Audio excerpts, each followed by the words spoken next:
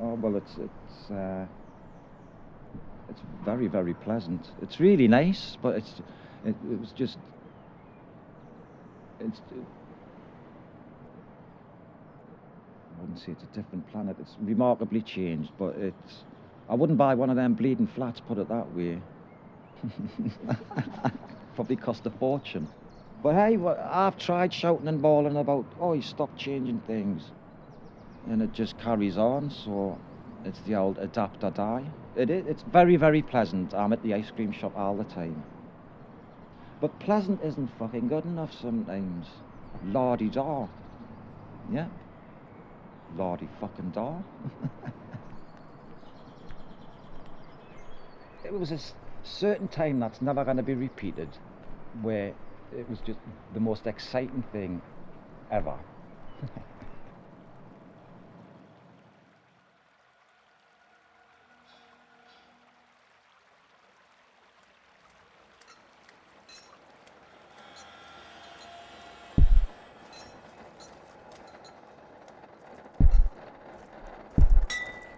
One, two, three, four.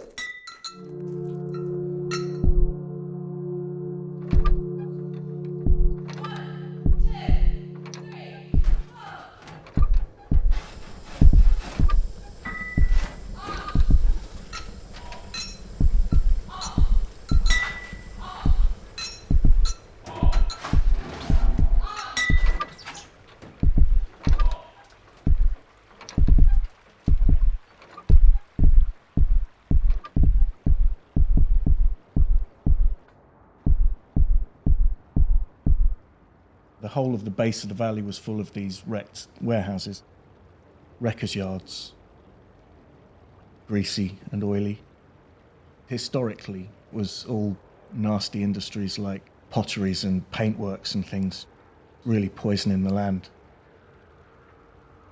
It wasn't fit for humans.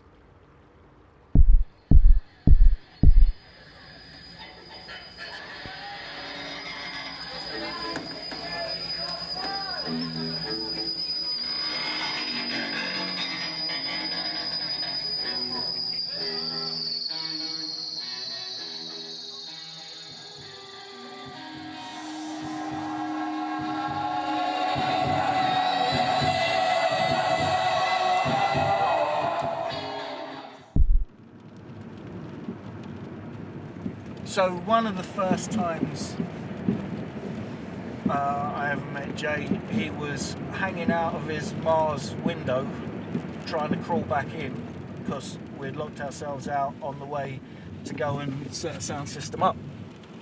Really? Yeah.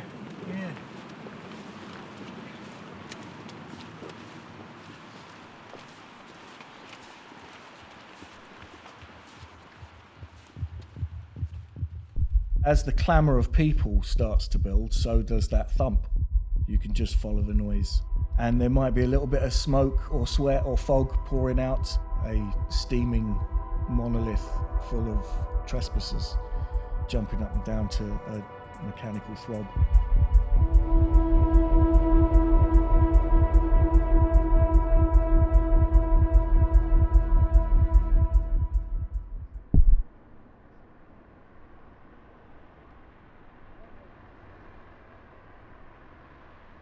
Newcastle at that time was a big, dirty, derelict mess. Newcastle was a broken, beaten up city, as far as I remember. It wasn't a cheery, happy place. There was nothing else to do. You know, nobody had the money to go bloody nightclubbing half the time anyway, so yeah, let's put a party on and pass a bucket round, get enough money to pay for the sound system, and we're away.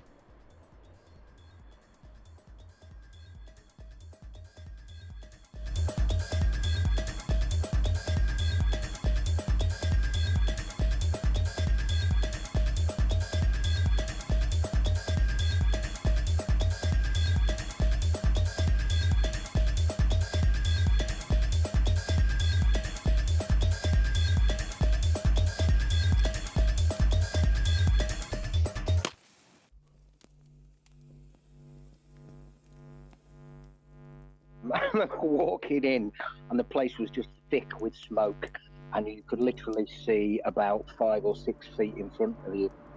Someone lit a fire, but then it just got out of control.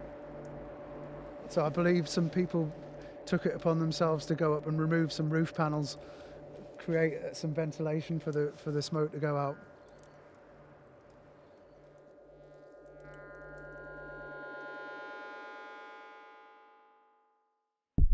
This used to be the main entrance, I think, for both yards. And then what there was just in the back corner there was one big barn, basically, with a kind of 2 big shutters on the front. You get them open, and the whole thing was like with the morning sun coming in. It was amazing. The history of the valley all laid out front. It's like living in a museum.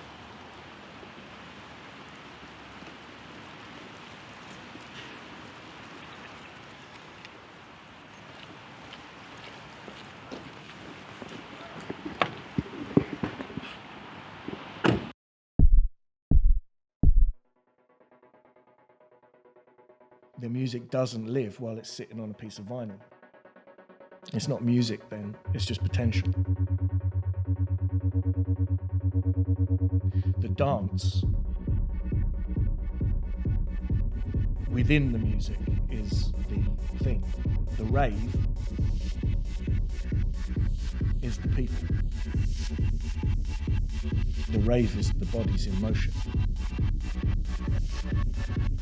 And that's where the music lives.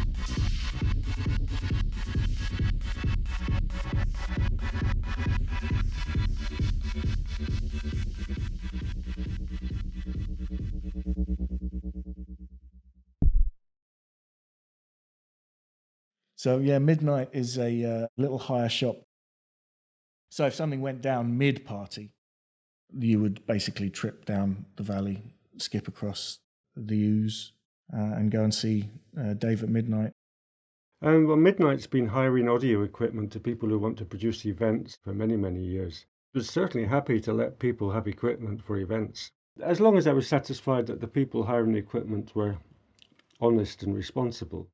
Some of them would have ended up at parties which were technically illegal, but that doesn't really invalidate the reasonableness of trying to help people produce musical events with equipment they wanted, producing music that clearly lots of people enjoyed hearing.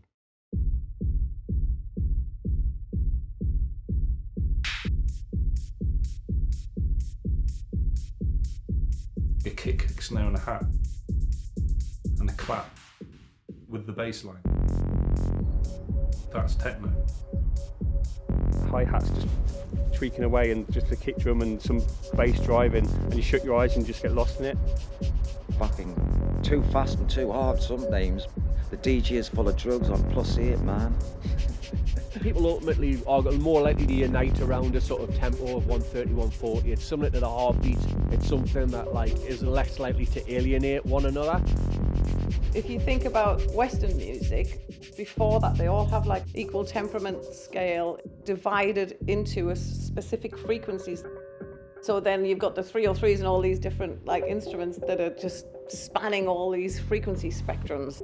We're then open to all these frequencies that we've never heard before.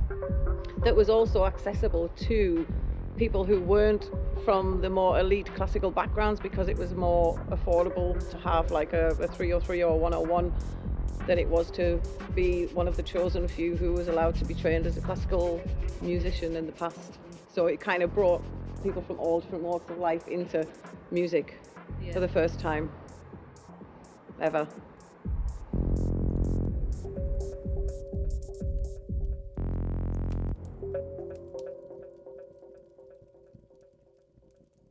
This went on for quite a lot of years before the authorities got wind of it. And it had gotten huge.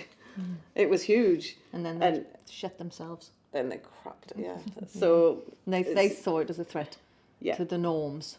Because people were out there sometimes for days on end, weren't they? Raving for days and then thinking, God, this is better than a shit 9-to-5 job I don't want to go to. The Criminal Justice Act meant that almost everything we did was now illegal. It was a bit of a gutter, but I think at the same time it just made people just go, no, actually, fuck you, we're going to do it anyway. And we did. We've got a party on Saturday night. Do you fancy coming? Spread the word, and then like wildfire, everybody knows about it. The biggest problem that we had was keeping it quiet.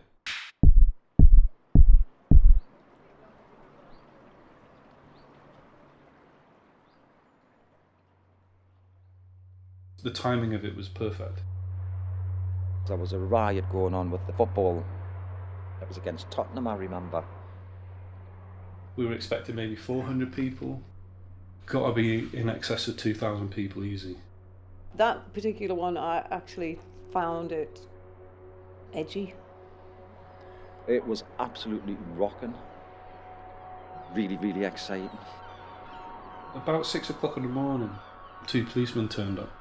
As I recall, their words were something along the lines, we're far too busy in town, football fans are all going mad, just haven't got the manpower.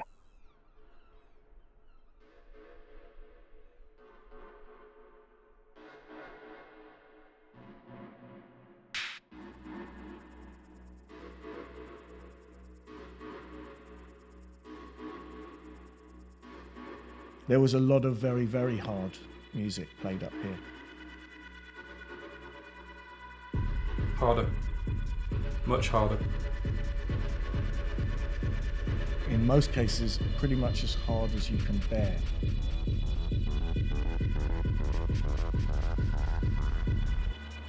It went in fluctuations of everyone's moods.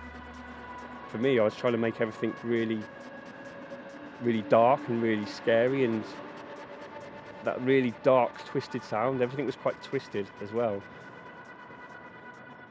We were all trying to, create something out of nothing. That sound at the time was being influenced by what was going on in the northeast at the time within hardship and living with nothing. Yeah, one of the most common systems at those days was made up of a bass speaker and a mid-high speaker, and the bass speakers would be these. There might have been 2 of these or 4 of these for an event. And the speaker on top of them, the large grey boxes at the back, they're extremely heavy, but also extremely powerful and loud. And there is one of the classic turntables, the Technics SL1200. They're very solidly built, so they tend not to make the record jump if people are dancing. And they have very good control of the speed, so they're good for mixing.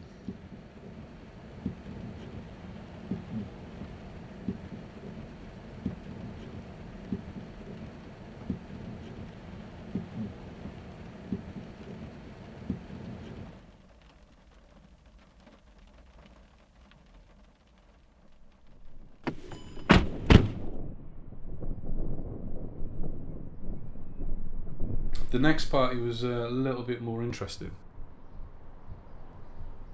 We ended up borrowing a PA system from some other friends. There were SoundLab turntables, which are like just plastic.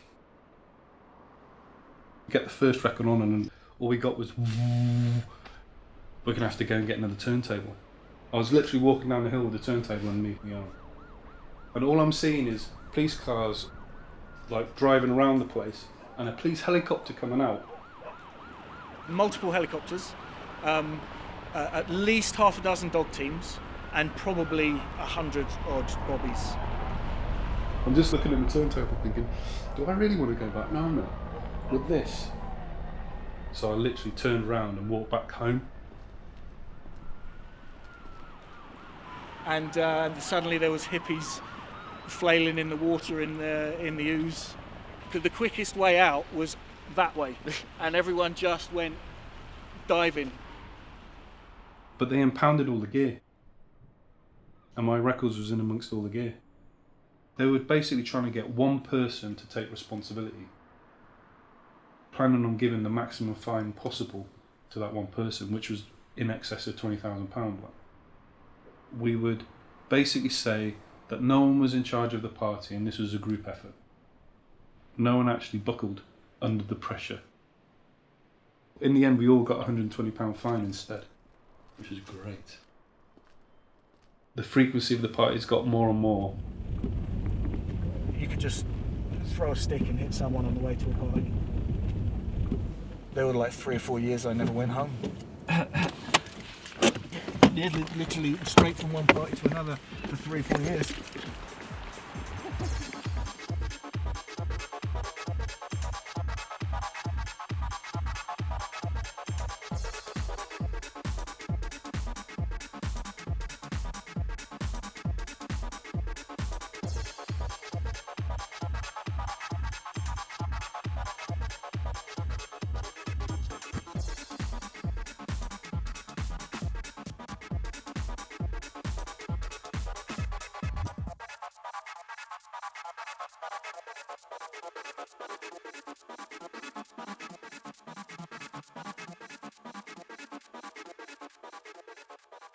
You might as well just get it out in the open. Drugs. It was the Mitsubishi era of ecstasy. It involved staying up late, dancing to music, repetitive beats. But somehow the sounds that were being created in the music just kind of morphed with the way you were feeling in yourself, and it was just like the most unbelievable combination. MDMA and psychedelics both have that really good knack of making everybody feel like they're together, even though they're entirely creating their own reality. And that's incredibly powerful when you've felt somewhat disenfranchised. You know, you find your community. You did feel invincible, you know, it just gave you superpowers. They made young men comfortable to all dance together on a dance floor, broke down a whole load of masculinity crap. We are together as one, listening to the same music, dancing in the same ridiculous way. Oh, there was just a completely shared consciousness going on. Felt like, you know, you were all on another planet compared to the rest of the world. All the music just came to life. You could see it. You could see the music, which I think is... But that feeling is genuine for as long as it lasts, and you carry it with you afterwards. That you are free to be genuinely yourself, and we are all collectively reinforcing that. It's kind of cool.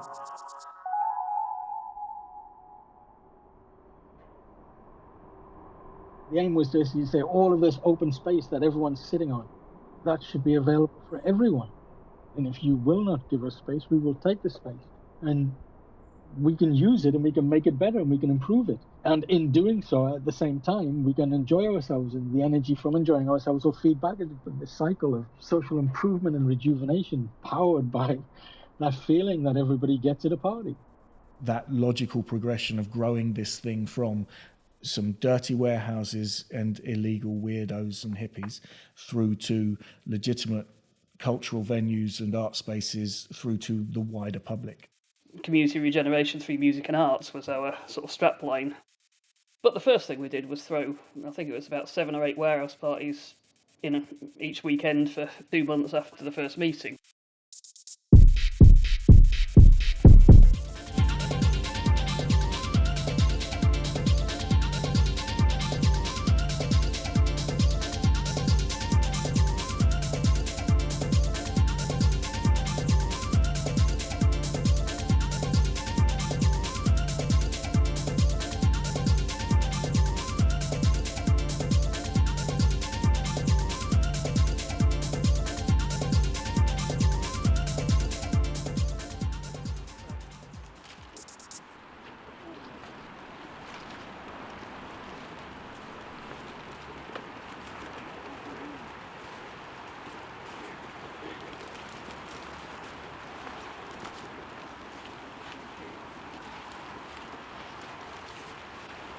This path wasn't quite the same, and all of that grass down there used to be trees. And so when all of that went green in the spring, you could pretty much do what you wanted in here, and no one gave a shit. It was awesome. So every spring, probably just before the leaves fell in the autumn as well. I remember New Year's Eve, police turned up And it's like, right, nobody's flipping taking responsibility, so I had to just go to the coppers at the door and go, oh look, it's a squat, we've got the paperwork, We had the section on everything, the there's paperwork's on the door here. And he's like, no, he's out. I was like, right, you go back to your desk, Sergeant, right, and see if you can get a warrant off a judge. At fucking 12 o'clock, what time is it? At 2 in the morning? Yeah, 2 or 3 in the morning. See if you can get a judge out of bed at 2 o'clock in the morning on New Year's Eve, mate, to sign some paperwork, to chuck some hippies out of a warehouse. And then, yeah, good point. Yeah, all right then. Well, want you to slowly wind it down. We're still here at 6:30 in the morning, you know. We did. Slowly wind it down, yeah. Oh, well, it's about time we did another one, I suppose, isn't it? Right, let's move, This is shit.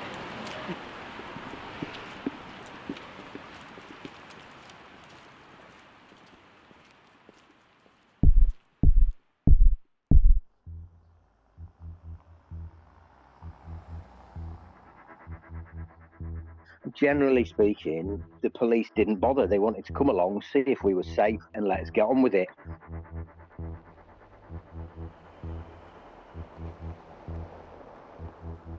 Whenever we got too big, it was like a clip round the back of the head. Oi, stop it. You can't get away with that. The venue was amazing. Stevenson's warehouse, where the first generation of locomotives had been built. Literally been where Stevenson had developed and built the rocket. You go in, there's a huge dance floor. The DJs are up on a big balcony. And it was just starting to bounce when they arrived. You had the privilege of being the DJ who was on when that got completely busted by a full riot squad of police. I think I'd been on 20 minutes when the police came storming the door after the firework display down the quayside had finished. It descended into probably the most violence I've seen. There was a girl got savaged by a dog. I think she had between 14 and 17 stitches. We were arguing with the police about the police dogs. It wasn't the dog's choice to work for the police. And they set the dog on me, so the police dog jumped up at me and bit me on the arm. So I managed to walk straight through the lines of riot police going, I need to speak to whoever's in charge. Ended up speaking with I think it was the chief inspector, and to start with he was, we're going to impound everything, my response to that was, well, okay, that's fine, you go and take the sound system back to your police station and we'll come and pick it up on Tuesday morning. He went, what do you mean? Like, well, it's all hired in kit. You know, they don't know anything about it, they don't know what it's for, so, you know, you can't impound it. They then got the Northern Electric Engineers down at about 3 in the morning to try and get them to condemn the electrics that we'd done as being unsafe. They had a look round and basically said, well, actually, there's nothing wrong with these electrics, they're perfectly safe. At which point, the police just disappeared, left us to just clear the place up.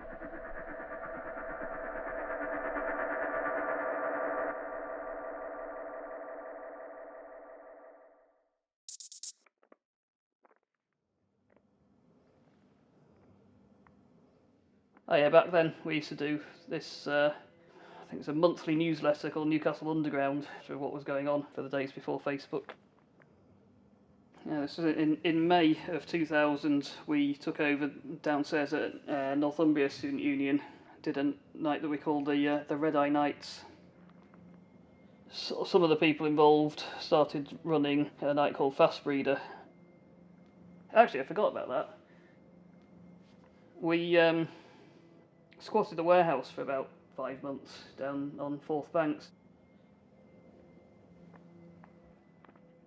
Between a whole lot of us that were involved in various different things, Newcastle was awash with events. There's always loads of different events on through the sort of early 2000s. Anything from drum and bass through to trance, new energy, techno.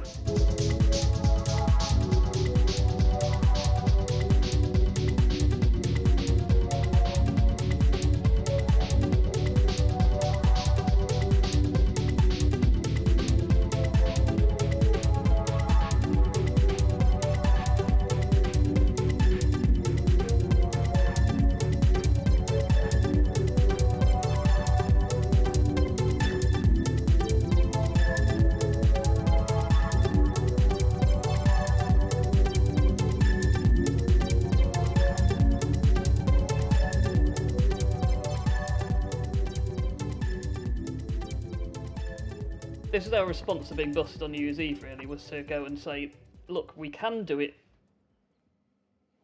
We basically went and blagged a warehouse off the council. When eventually the arts development team did allow us to take over a Rolls-Royce garage, which was on Stepney Bank. Basically what they did was allow us to have a week-long sort of urban festival, taken over to like have different like workshops around kind of anti-capitalism and alternative living. And then on the Saturday we had like an all-night event, and that was the first time the local authority, which obviously grants the licenses for nightclubs, had ever allowed an event to go on till 6 in the morning. And they showed us the warehouse, and it was horrible. Let's face it, there were other venues they could have given us in the entirety of Newcastle, I mean, that did not have 3 feet of pigeon shit on the bottom and asbestos roofs. Yeah, what a massive pain in the arse it was compared to doing the illegal ones. There was a hell of a lot to do, and there was a lot of volunteers came and helped with, like, you know, shoveling pigeon shit out the bloody building and concreting the stairs in, and DJs aren't going to do this. You know. The vibe wasn't quite kicking off there, and then there was nobody dancing. No. But then Nicola just got totally in the zone, and you just ended up playing this most amazing set with all these huge warehouse sounding sounds, which just turned that thing into the most incredible night. With 200 people kind of in a proper warehouse, proper having it to kind of music, and it'll definitely stay there as one of my most fondest memories of DJing.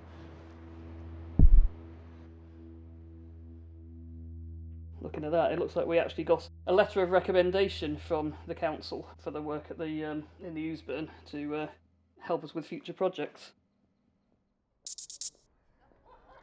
It gave the rabble a legitimacy that we weren't just a bunch of criminals breaking into other people's warehouses. And by the end of that, everyone involved was completely, virtually bankrupt and knackered. I mean, we never decided it was going to stop. It just drew to a natural end.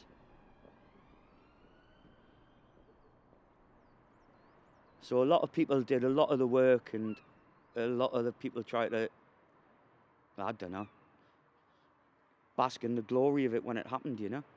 That's what I saw from a lot of people. There wasn't a lot of people actually got their hands dirty. It was a very hardcore group who worked every day. Like anything, there's a big boom of momentum at the beginning of it, and then like sort of when it becomes the more practicalities of doing this on a regular basis and meeting up or whatever, you know, the level of enthusiasm by all those involved in it can vary a little. Everybody was such strong characters and had their own clear view about how they wanted things to be, you know, to happen. And other people would disagree with that. I guess that's going to happen in any sort of collective, really.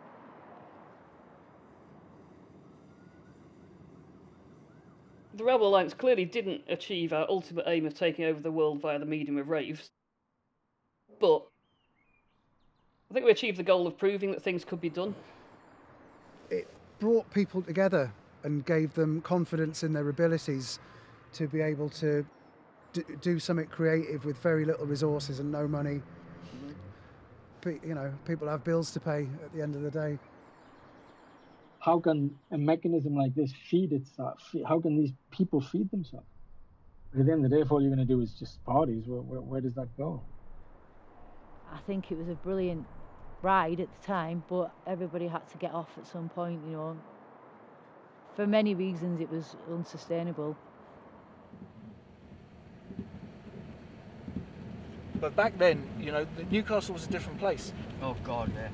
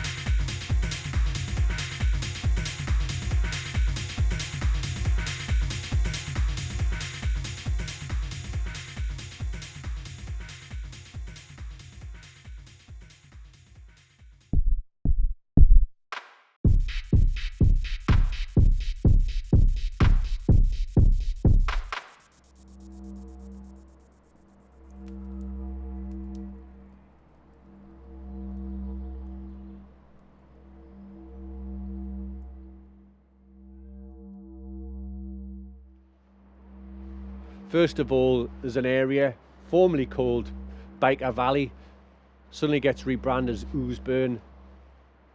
People had utilised spaces and buildings that had long been disbanded in a new way that makes it fun and exciting.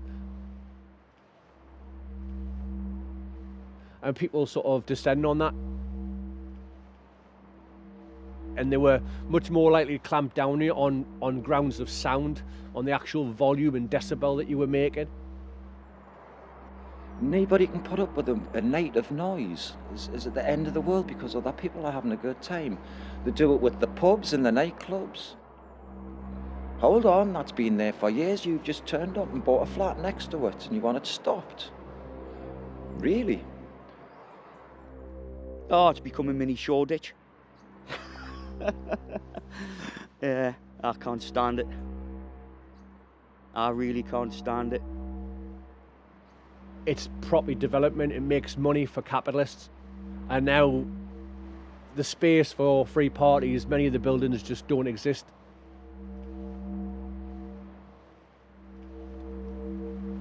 Art changes things, but then it also, unfortunately, greenlights development, which then results in many of the old culture disappearing altogether. We fought the law and the law won. And then people like you, what are you going to fight for because you don't know what you've lost? At the time I thought I was in the middle of a fucking whirlwind, to tell the truth. For a couple of years it was just like, you go around in a tumble dryer for 2 or 3 years and then eventually you're spat out of that motherfucker. But hey, it's all the learning process and everything. And I thought I was doing something at the time and I realised I was just pissing in the wind really, but I had a good time doing it. It was worth it in that moment, yeah? Everything was worth it in that moment, and that's the only real definition of its value, yeah? In the party at the time, you get to dance and lose yourself in that.